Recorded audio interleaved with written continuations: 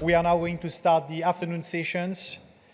And to do that, we are going to tackle one major challenge we are facing, which is how we can support women in governance, how women in governance can be shaping a better future for all.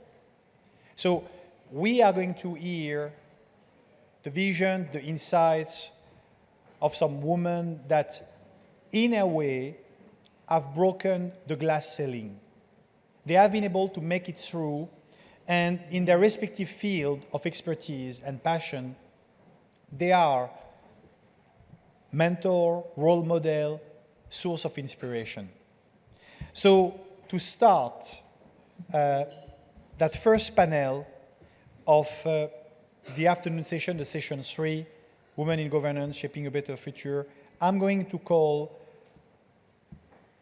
first of all, a woman that is traveling from United Kingdom. To come here, she had to face, I would say, unexpected challenges that enable her, instead of being stressed and being, undermined by delay and things, and she will tell us a story, she has been able to share inspiration with some persons that enjoy it. That person is doing public diplomacy. She's a director and chairperson of the UK Parliamentary Society for Arts, Fashion and Sports. Under your applause, Rebeca Riofrio. Thank you. Rebecca, thank you for being with us. It's okay. We love your shoes. We love your shoes. Can I keep the jacket with you? Or not? Yeah, you can keep the jacket. I love the jacket. Thank you for being with us. As well, we are going to call on stage a woman that I met some years ago at UNESCO when we were, I would say, almost starting, all what we were doing. She was at that time involved as a strategic advisor and the former National Digital Strategy Coordinator for Mexico.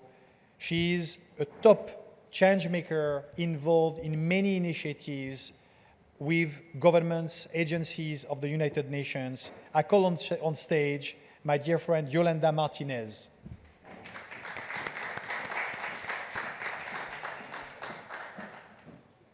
Thank you, Yolanda. Thank you.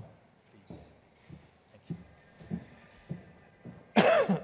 As well, we are lucky to have as well Asia with us. We had already some speakers from Singapore with Memta, and I would like to thank the force of Asia Pacific Entrepreneurs Association Chamber of Commerce and the relationship between Hong Kong, China, and UK in the person of its director, in our customary languages, Flavia, but in her name, it's Yijun Chen. Thank you.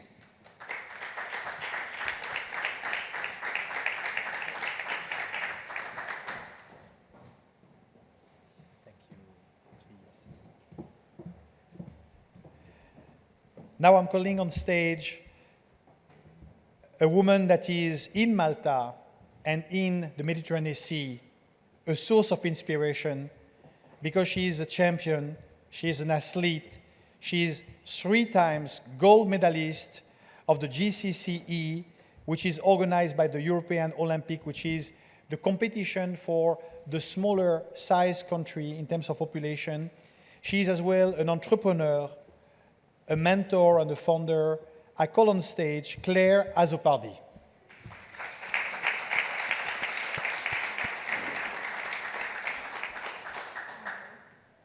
Thank you, Claire. You see, she is the athlete. She can do that, I cannot. Thank you. Last but not least, she is coming from Latin America. She is inspiring millions in Latin America and beyond. She is with us, and she was with us a few years ago in Marrakesh during the conference of the parties in 2016. She has done so much, and she does so much. I call on stage the Goodwill Ambassador, actress, and philanthropist, Carla Ortiz.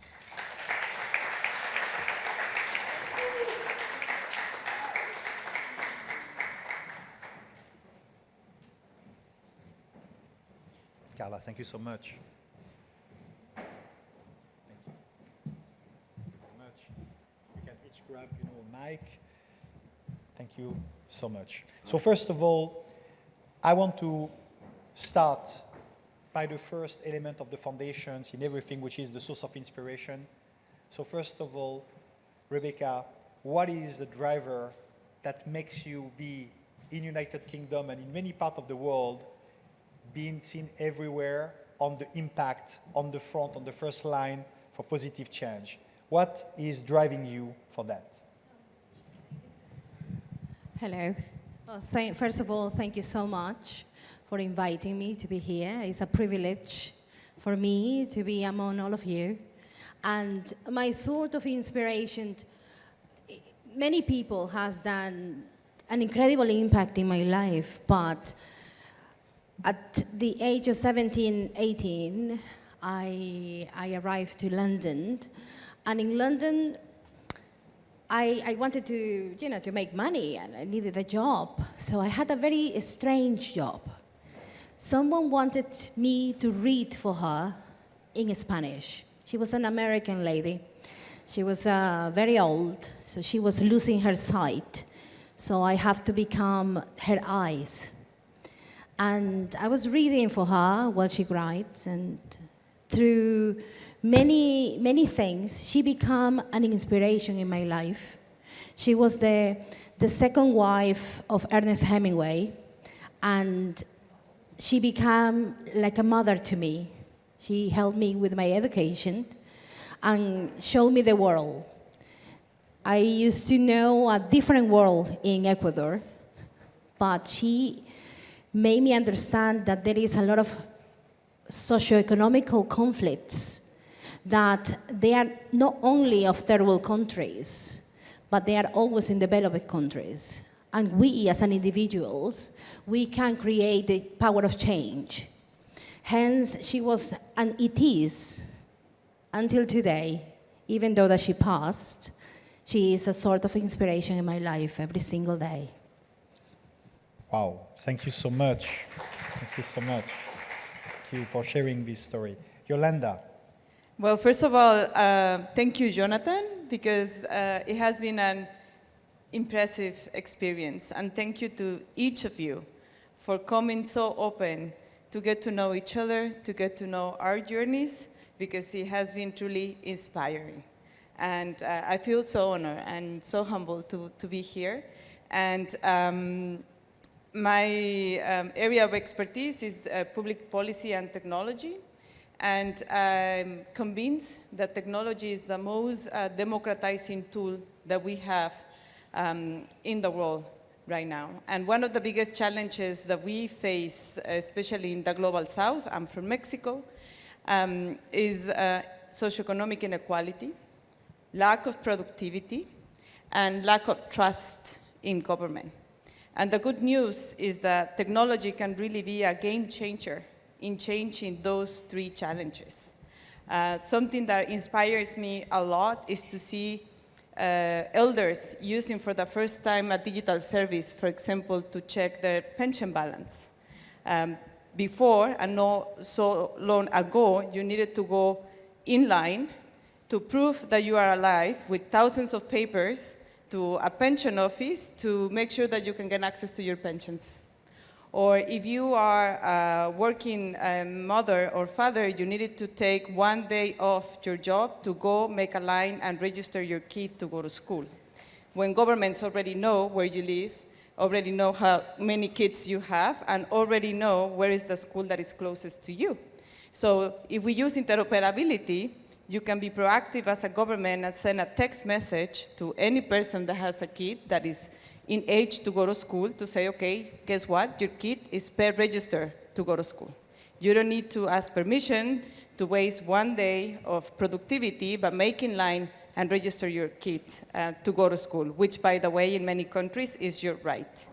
And when you think about how important it is that governments embrace the challenge of the digital era, it's actually an amazing opportunity, and COVID gave us a big lesson when many governments really put a lot of effort to digitize thousands of services in months.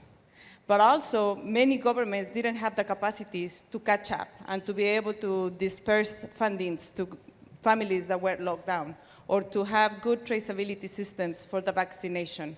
So having good governments using technology to increase productivity, to democratize access, to generate citizen participation mechanisms is technologically very easy, and something that we need to embrace and to promote, because it can really be an equalizer. And that is something that inspires me every day in my work. Every time I see a user saying, no, I didn't know that I can do this online, no? And it's just so motivating.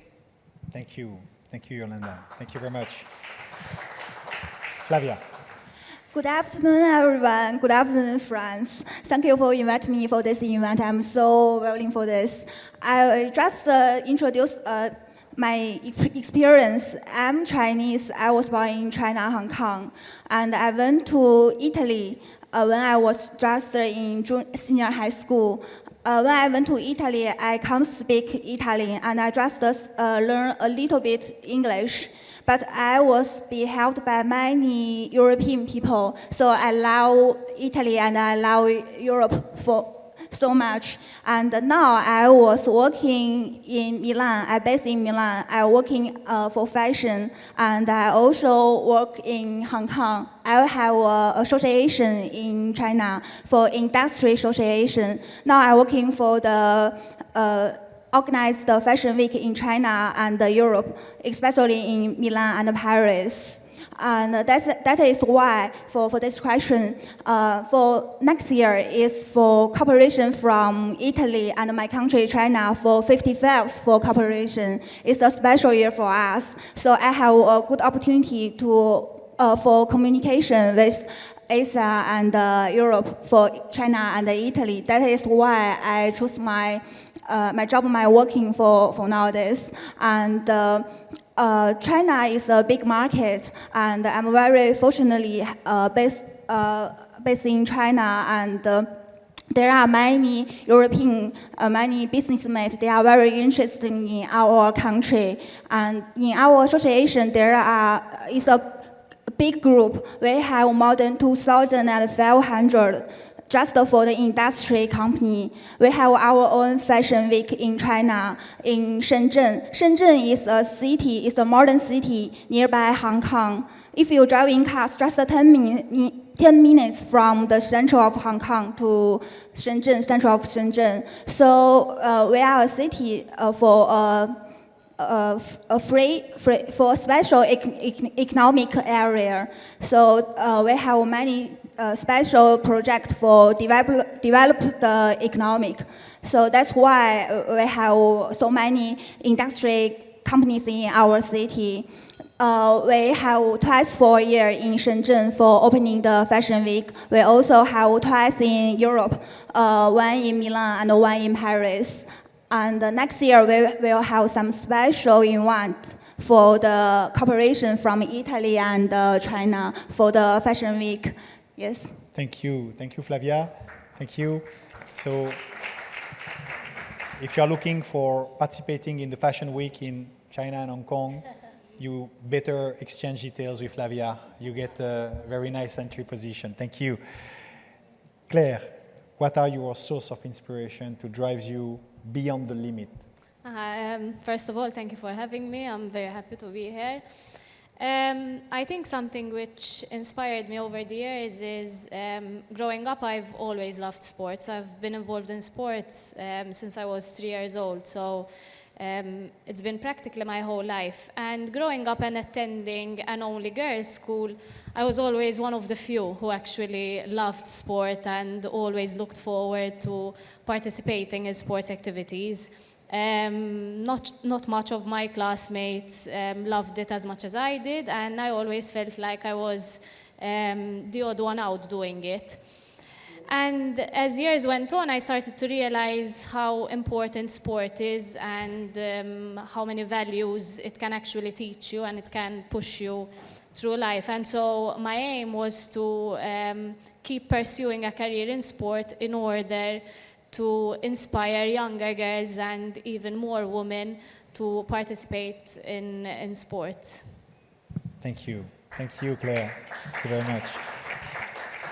Carla. Oof. I think life inspires me, but I believe that everything began when I was 4 years old. My dad was a vice president of a bank, and there was a big meeting of bankers, and they were watching this documentary of Mother Teresa. And I remember that after, when it finished, everybody's saying like, oh, this woman is amazing. I would have loved to do this. I would have loved to do that. And everybody was conversing and saying that no one wanted to be a banker.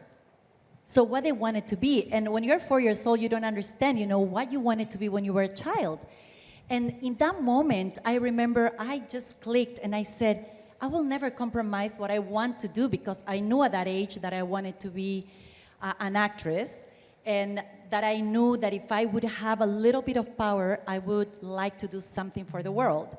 So this was kind of like the moment that it switched on me, this desire to understand also the rest of the world, because I'm from Bolivia. It's a landlocked country, and we have a history where all our neighboring countries basically stole land from us, stole our seas, stole this, stole that. So there is this victimization within the country, the way we just live, and a reason why we don't do this or that. So when I decided to be an actress, everybody was going like, oh my God, why are you, there's no industry, where are you gonna go? You don't have family that are actors, who's gonna connect you? And I used to be a tennis player, and I said, how is gonna be the best way for me to be an actress, get a scholarship? So I was in the national team, I played for a little bit professionals, and I got my scholarship. And it was right there where I saw the misconceptions of everything, because we just don't know the other side. We don't know the rest of the world. We don't understand that every single conflict that occurs within our homes, within our families, within our country, within our governments, and the world in general is only because we don't know the other side, and we're always fighting for our own side.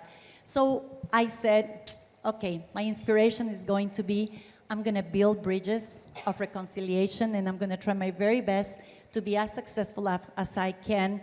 Because, you can be famous in one country, in one continent, and you can be completely unknown in the rest of the world. It doesn't really matter, but your actions can impact and change, history sometimes. And I decided to just do that and to not feel afraid of that other side of the world which we don't know. Thank you. Thank you. Thank you, Carla. Thank you so much.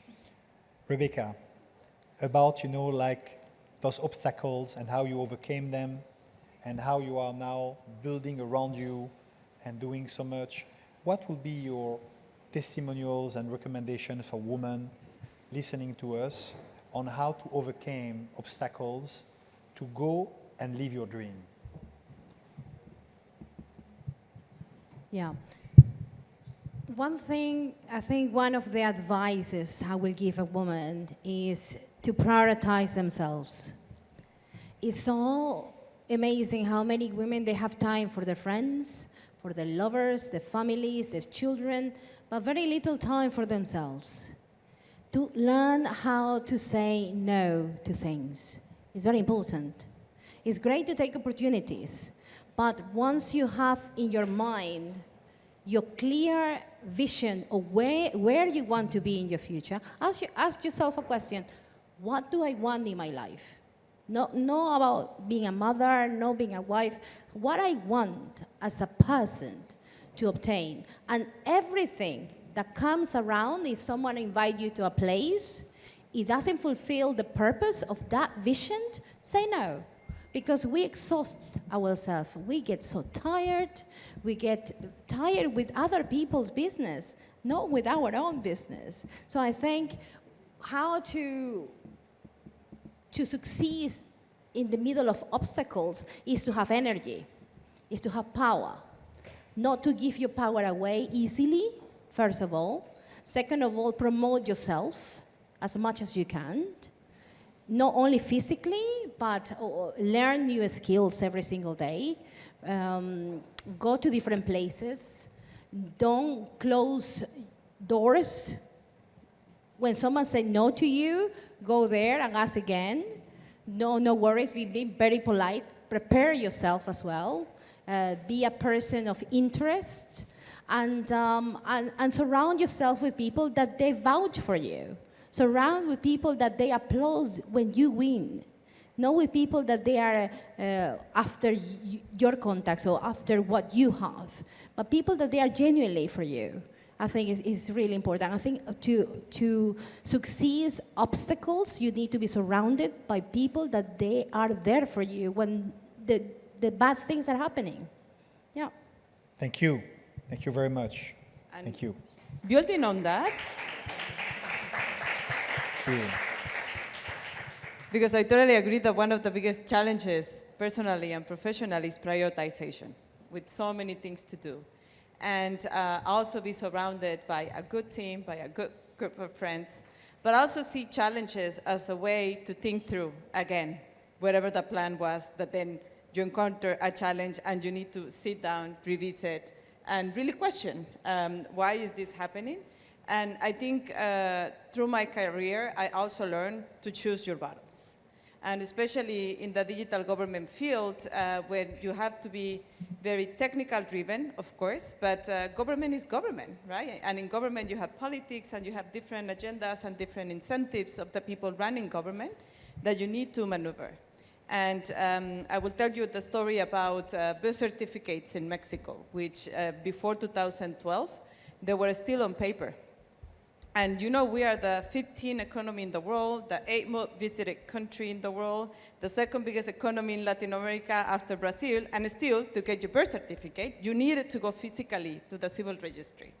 So we, where my office was reporting directly to the president's office, and of course we had thousands of services already available online. It was not a big deal, and the challenge was we need to make it a big deal. We need to make it a priority that an identity document that is so basic to access many other services needs to be the priority. And Mexico is a federation. That means that we need to reach agreements with 32 governors and 2,445 mayors that are independent on how they regulate the provision of government services. And from the end user, the person, they don't care about municipality, regional government, central government, they just want a birth certificate to access, by the way, health services, education services, work-related services.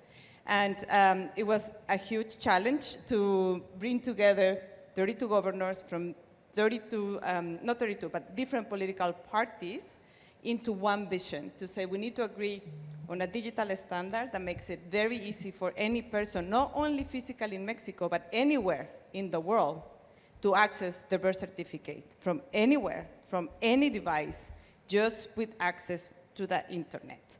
And I think it has been one of the most challenges experience because you need to have a very good technical sounded strategy, but it's not enough. You really need to understand the incentives behind each of the political agendas to bring something so important for the population, which is access to a very basic identity document online. So we managed to do that, but it was a lot of understanding, not being disappointed, really choosing the battles, which meeting is really important, which negotiation is really important, which one I need to say no, to really move forward. And I'm very happy to share that in 2018 we launched birth certificates online. It's a national standard. It's one of the services with the highest citizen satisfaction index.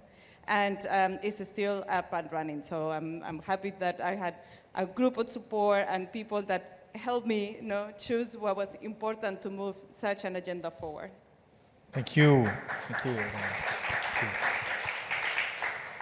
For this question, through my experience, firstly, I want to say you need to study hard, get a good education, continue study. If you continue study, working hard, you can get more knowledge. It's very important. It's the first important. If you have more knowledge, you can get your own value. If you have value, you can help each other. If for this question, for answer this question, I think help each other, help the other people is very important. Make your own networking, always help the other people, and you will get back for the help from the other people. This is very important.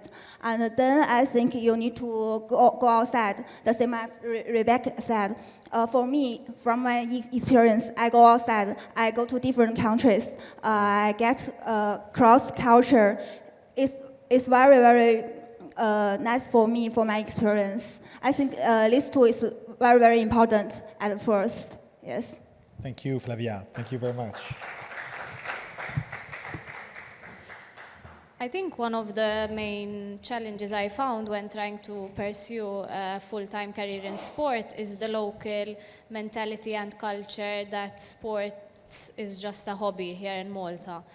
And so I've tried to fight it all my life. I've had people tell me over and over again that I should just focus on my education and just leave sports on the side. So what I've tried to do is, as they've already mentioned, I've surrounded myself with close family and friends who believe that sport is important and that eventually I can pursue a full-time career in sport. Thank you. Just clear, because I saw you had resonance with what was said and on that, but now it's much more easy because now you are a champion. You have your school, your gymnastic club, you are doing so many things. But before that, when all those people came to you with very, basic arguments to say, it's nice, generally it starts like that, it's nice, but you should do. What gave you the power to continue? Because at that moment, you were not yet a champion. At that moment, you had your dreams. What was there? I've always set realistic goals for myself. So now that I've won a couple of events, and now that I do run my own gymnastics club, the goals are obviously, I'm setting higher and higher goals, but at a younger age, I've always tried to set realistic goals and made sure that I prioritize the important things in my life and keep working towards those goals, even though I've had people telling me that it wouldn't be possible, for example. But setting those realistic goals and achieving them year after year, or even if I didn't achieve them at times, I just, kept working until it actually happened for me. I think it's something which kept me going and eventually led me to where I am today. Thank you. Thank you for launching that. Carla. Well, I think the biggest challenge for me, and I guess for many people, is the opinion of others. Because once you're a woman, you should do this. You're an athlete now, you should pursue this. Okay, now you're an actress, you should not do this.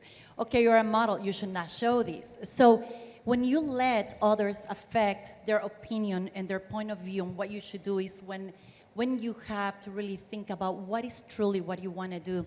I remember that I was playing tennis in the university and I was invited by Televisa in Mexico to go and do soap operas. So I was like, I don't want to do that. But I did go because I was in this show that was called, I was going to turn 18 and I was invited for Baywatch. And I was going to be the first Latin ever to be in this show, and it was the #1. I was watching it when I was a kid. And I think it was in its last season. And they invited me, and I was supposed to do these nude magazines. And I was like, I'm not even 18. I'm going to turn like in 2 months 18. I can't do this. And I remember I was right, and everybody's going like, oh my God, why wouldn't you do Playboy? Why wouldn't you? This is amazing. I'm going like, in my country's pornography, my father is going to take away my last name. I can't do this. And there was this decision of, I'm never going to do soap operas. And there I'm like, hi, would you still take me? I'm going to do soap operas in Mexico. And then right when I was getting right there, when I had all my success, now I need to go pursue my true dream, which is to make films. So then I go to Los Angeles, and then I start getting into these TV series. I get to make these films. I was able to work with this amazing actor that won the Oscar, Ernest Bernine, and he told me, always do what you want, not what people tell you. And this was such an incredible reminder, so I decided to make a film about the disappearance of people in politics in the 70s and 80s in Latin America, of the dictatorships. And it was so crazy because it's a huge piece of history in Latin America. And everybody I'm going, and we went to Cannes Film Festival, we met over there, we went to, like 17 festivals. We're winning all these awards, and every time I'm going, it's like, okay, can we talk to the producer? I'm the producer. No, but the producer. I'm the producer, I'm sorry. No, but who's like the person behind, like, I'm so sorry, I know you want to see, I don't know what you want to see, but I am the producer. And it was so like crazy because I was going for the red carpet, and I'm getting to the designers, it's like, come, I'm gonna put you beautiful, because when the producer comes, they're gonna want, and like, well, I'm actually so there is this fixation, you know? And then my team of peers going, okay, you're the producer, you're the main actress of the film, you're going all over the world. I was named one of the main most important female producers in 2015 in Hollywood. And it's like, you should not be a model anymore. What do you mean? Like, okay, I get a lot of money for sometimes posing with a bikini. What is the problem? No, because you have to be serious. So what, wearing a bikini is not being serious. And it's like all these roles that you're supposed to fulfill.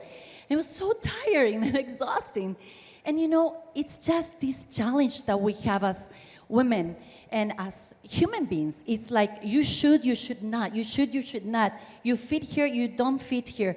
So at one point I said, okay, now I have the platform where I can really give voice to the voiceless. What am I gonna do with this moment? And I believe it was a calling. So I ended up going to Syria to make a film first to capture the voice of women. And my whole team, my agent, my lawyer, my PR, you're crazy, you're in the right moment in Hollywood, why are you leaving? You're so stupid, you're gonna commit suicide in war zone. This is 2016.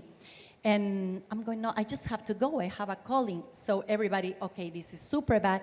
So once I was there, I had really, really horrible experiences, but I also felt like I was in hell in middle of angels. Because when you are right on the edge of life and death every single day, you learn to value so many things. We're so stressed about traffic. We're so stressed about your husband or your father or these little things of life.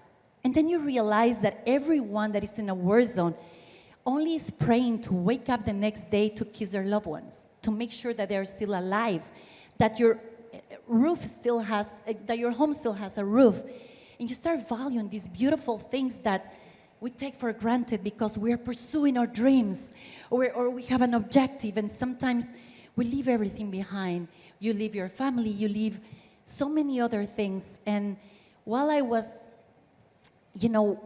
having to even walk on top of hundreds of bodies of lifeless children, and I had to hold the hands of mothers who were childless now and would never put their baby to sleep, and I had to be strong to capture their stories.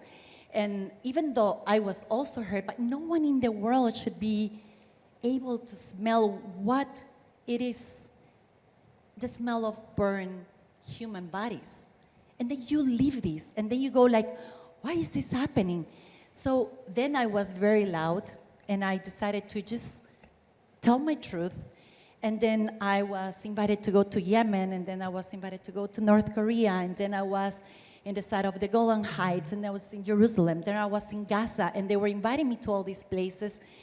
And it was just so crazy to find out that every side of the war has its truth. And every side of the war is suffering. And there are mothers in every side of the world, and there are children and there are grandparents. And like us, the people have a little bit of power. We have that challenge, the greatest challenge, which is what can we do with the little power we have? How can we anchor light?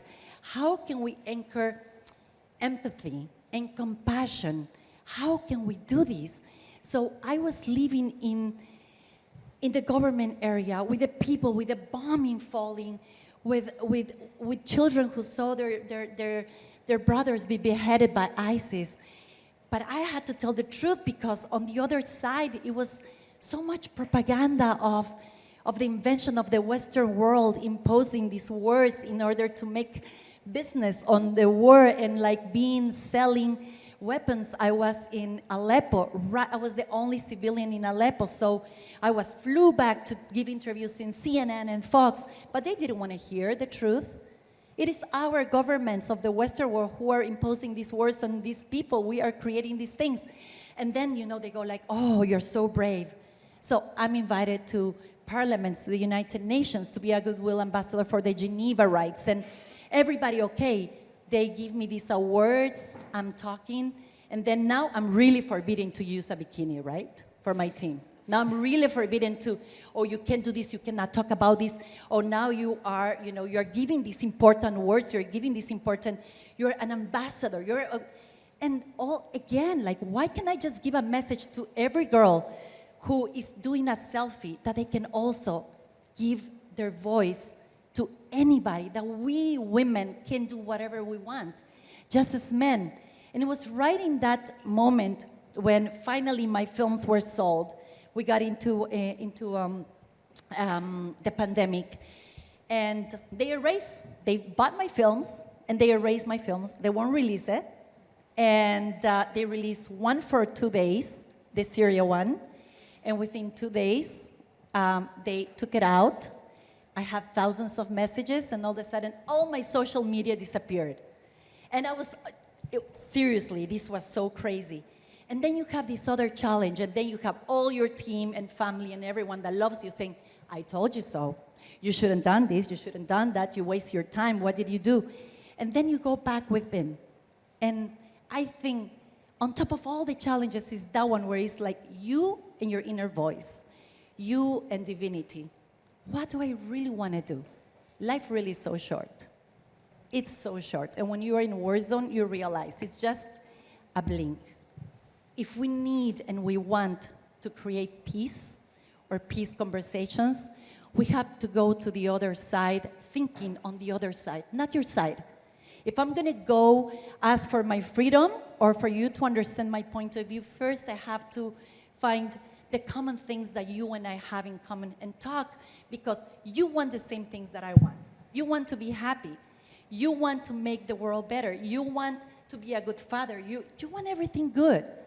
So the only way I think we can accomplish this is going to the other side and understand the other truth. And when you understand the other truth and the necessities of the other side, your empathy is going to be born immediately. And at the same time, you are going to be that source of communication. You are going to be that link that can actually create peace. And I think there's nothing greater for our children, the next generations, that we can sacrifice just a little bit to seek for the truth, because all sides have its own truth. And really, if we believe in something that is divinity, God, whatever we call, I think understand that our spiritual evolvement, or being better as a person, it is what's going to stay in your children and your children's children, and hopefully you can just take that last breath and say, I did just a little bit, even though with these challenges that I had to go through, I tried my very best. Thank you.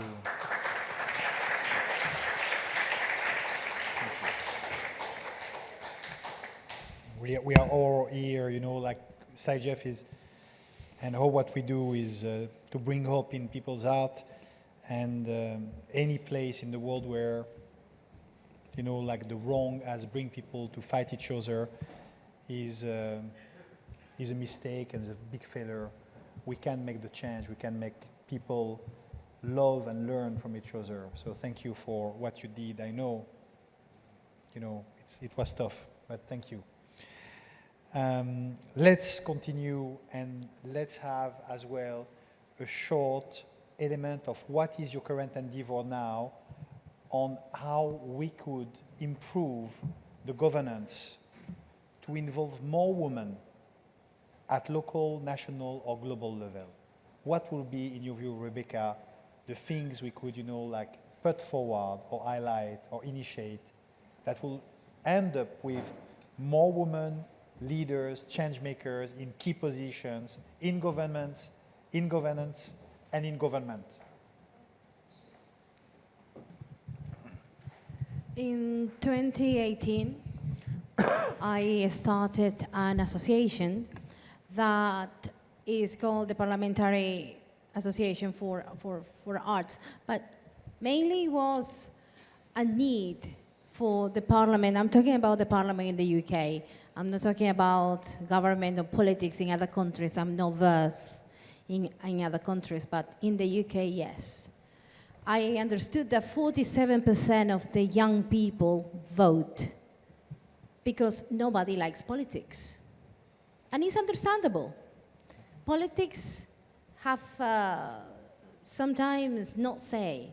Politics are corruption, politics are destruction, and politics is an authority over authority.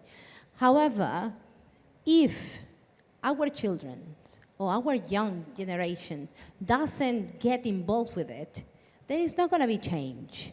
So I created this society together with the parliament to bring young people to become involved with decision making. When the pandemic hit in the UK, the first people that they were affected was the artists. Actors, actresses, painters, all that, they didn't have government funding. Why is that? Because there is a lack of people in the arts interested in politics. So they don't have voice inside the House of Lords, the House of Parliament. So by me bringing these young people especially in the arts, with, as you know, London, the UK, is a thriving city for theatre and for fashion. So there is billions made an hour just of this industry in London alone, and they are not involved in politics. So I created this so they can be more involved with the politics. And it's a thing that is not a wish. It's a thing that is happening right now. We have been able to bring thousands of people at the moment, and I'm registering models, that they have been models in the past. Now they are learning how to become a members of parliament. And it's something that currently is happening. I think we have a social responsibility to include our children, and our vocabulary is very important. Whatever you say in your house about politics, they're going to be discouraged not to get into politics. Oh, I don't like this government. The children, what they understand, I'm not going to do politics. What we need to do is to change the narrative. Last week, I was at a conference at Chelsea Football Club, and I was talking to one of the members here about this. Something that resonated with me. They said, a couple, mother and father, that they work and they do sports, the children will follow. But if a mother does sports and also have a career, 95% of their children, they will follow. If a mother doesn't work and only the father, 45%. You understand a woman, how much a woman have into shaping the world? Because your children and your children's children will see that you are a hardworking person, and they will follow that. They will see your father working, but maybe they don't follow that. But if a mother do sports, they will follow that. If a mother do politics. If a mother have a company, if a mother goes to work, at least it's part-time, like the lady was saying in Holland, at least if you do that, your children will do it. That's why what is important to have more women into big positions at the table, doing decisions, making decisions, teaching our young generation. I'm not a mother, and I'm not going to be a mother. So me as a boss, it was very difficult to understand my staff taking time off when they wanted to go for the children. But I understood me as a child. So then the compassion came. I understood that me as a child, I needed my parents. So when my staff asked me for time off, because they have children, I put myself not in their shoes, but in the shoes of their children. So I let them go.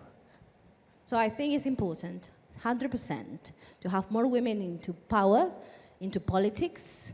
In the UK, we have also a course that people anywhere, anyone that wants to be sponsored by the government to study politics, they can do so, especially females.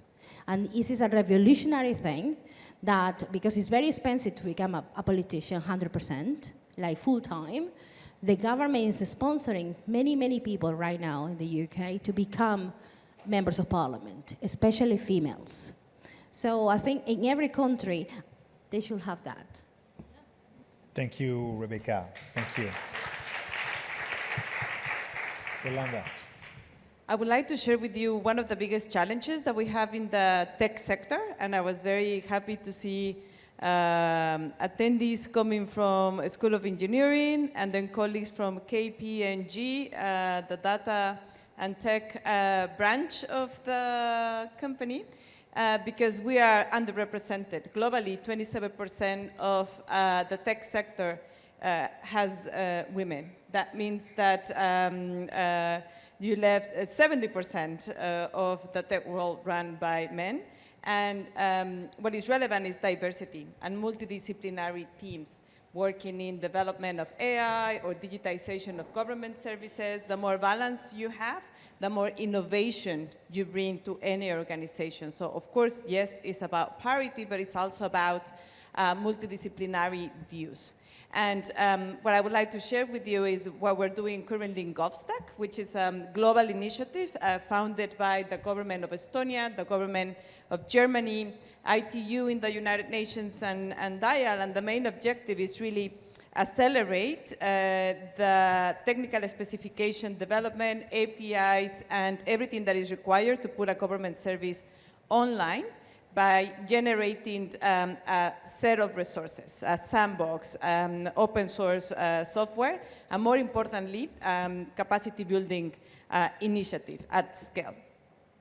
And one of the initiatives that we ran last year, having into account how do we build capacity in women working in government, we launched a global GovTech challenge. And it was impressive, the interest that we got. 240 applicants had the program. We selected 139, representing 59 different countries. And this was a global program. So during 8 weeks, we put these women in teams with a senior mentor from the GovTech ecosystem. And it was amazing to see the beauty of having 14 functional prototypes developed during the course of the 8 weeks. But more importantly, complementary to the technical skills was the global community that embraced from that challenge. We had in WISIS, where we met a few years ago, 3 best projects being showcased. And it's unbelievable how you can put strategies in place to create a pipeline of women interested in the GovTech ecosystem, and also how you can bring a global network of practitioners that can support each other as they go up in their careers, hopefully to be women CIOs in countries. And just to give you a statistic, UNDESA makes a survey every 2 years about the development of electronic government in 193 countries. 2022 statistics showcase that only 11% of global CIOs are women. So we need to create a pipeline of women in tech that are motivated to become CIOs or ministries of ICTs, and these type of global initiatives are very important. We launched this year the GovStack Architects training program, and that the application is open. I hope to see many of the colleagues here participate. Deadline to apply is July 31st, and the objective is to create a global community of practitioners from the public sector, but also from the startup ecosystem in becoming knowledgeable about all the GovStack resources that we have put in place. So a very concrete call to action to you is if you know people in government working on digital transformation projects, if you know people in the GovTech ecosystem, tell them to apply. It's a bunch of resources that they are available. Me being a former CIO, you are grateful when you found all these initiatives in place that can really help you make sure that the technical component of your job is being taken care of. So that frees you time to do the political negotiations that you need to do as well as part of that job. Thank you, Yolanda. Thank you. And Yolanda, please make sure to send us the link so we will share it, through our channels with CGF Women Summit. Please, Flavia. When I was studying in Italy, always have many connect with the government. And the Italian students, we know something about the government. But for Chinese students, until they graduate from the university, they have zero, they don't have any connect with the government. And if you want to be a staff or working in government, you maybe study history is better. But if you study history in China, it's very, very difficult to find a good job. But there are, don't have many opportunities. It's just less opportunities to get a job in the government. So I think that is why it's different from two countries. So maybe in China there are the young people, they don't choose to thinking about maybe they can do something for this. I think it is. And I said I'm now working for the international communication, help two countries for communication, for the culture, for the fashion. And when I beginning my work, I opening my personal profile on Chinese social media. That is, I want to influence more Chinese girls and more young people in China. They want to do something for the communication. If they don't have opportunity to work in the government, they don't have opportunity to join something in government, but they can also do something for communication for the from country to countries. Yes, I think that is the problem, a little problem from nowadays. Yes. Thank you, Flavia. Thank you very much for doing what you do for Chinese citizens. Yes. Thank you. Yes, Claire. I think it comes down to encouraging women, investing in women, and supporting their vision. So last year in Malta, the Games of the Small States were held, and a huge investment was made by the government on all levels within the sport, starting from athletes to their coaches, facilities, even within administration. And it showed because Malta ended up on top in these games, and the results achieved were brilliant after this investment. There was also a record of more females winning medals in different sports rather than just males. And so I think it was obvious that the investment made encouraged more females to participate, and the results also keep encouraging more females and women within sports to pursue a career. Thank you, Claire. Thank you so much. Carla. Okay. Well, for me right now, I'm getting back my films in November. So I'm going to decide where I'm going to put it and showcase and finish this whole project that I have. So that's very exciting for me. In this moment, for instance, I am being fly to different places in order to give advice to the different parliaments and also cabinets of some prime ministers, because I've been in war zone. And the first thing that I ask is to first have the meeting with the females and women in order to capture first that thing that we were talking about, empathy and compassion. And within that moment, then we follow up with men in order to engage this. But one thing that I realize is that the first thing we need to do as women is not fight men, because they are our biggest allies. They are our biggest, in a way, fans as well. We need to work with them. And it's not that we need to have positions, because we are women and we need equality of opportunities. We just have to be the very best version of ourselves, and then our voice will be heard. And I think this is why it's so important, the work that everyone is doing and everyone that precedes us has been talking. It's we need to be the very best version, not because we're women, just because as a human being. And then eventually we will find these opening and opportunities. And we just need to inspire these girls. We just need to inspire these women. My biggest project in this moment is in Bolivia, where I am putting together the whole artistic community. What we were talking about, you guys were saying about the artists that they don't have enough space. But if we can go back to what the indigenous people of our countries, all of our countries, were focused on taking care of the earth, on getting back the tradition on the clothing, then go within fashion, go within arts, and we can really gather this, the talent of women to live a heritage with the children and the children's children. Then not only we will make survive the history of our old generations in our countries, but at the same time we will be able to communicate to the world that we have so much more things in common, because globalization has, yes, made us see this huge world, but at the same time has put us apart, because it's so huge that sometimes we seem like we're not interested on the other. So right now I'm really focused on going right now from my country to the rest of the world, and I'm organizing this festival, which now we're invited to Shanghai to the Fashion World exhibition in Argentina, and now we're also going to be in different parts in Africa. So I think we start sometimes from little or from big, and we just need to really pursue this network. Once we meet each other, we just have to follow up on the projects that we all have, because we understand just the journey. We not only understand the journey, but we have to be part also of the success of each other. And I think that when we start relating and understanding that together we are stronger, then is when we're really going to change the world. Thank you.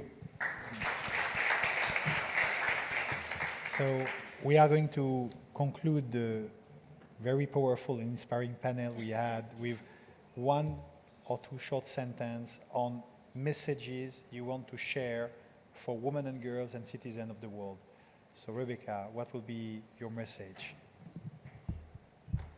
Well, to never give up, first of all, to continue learning, and if you fail, remember that the next time you will fail again, and then the next time you will fail again, and guess what? After that, you're gonna succeed because you're gonna learn from your failures. So success is based off a lot of failing. So don't be afraid of the failures. Be content that the success is coming very soon. Thank you.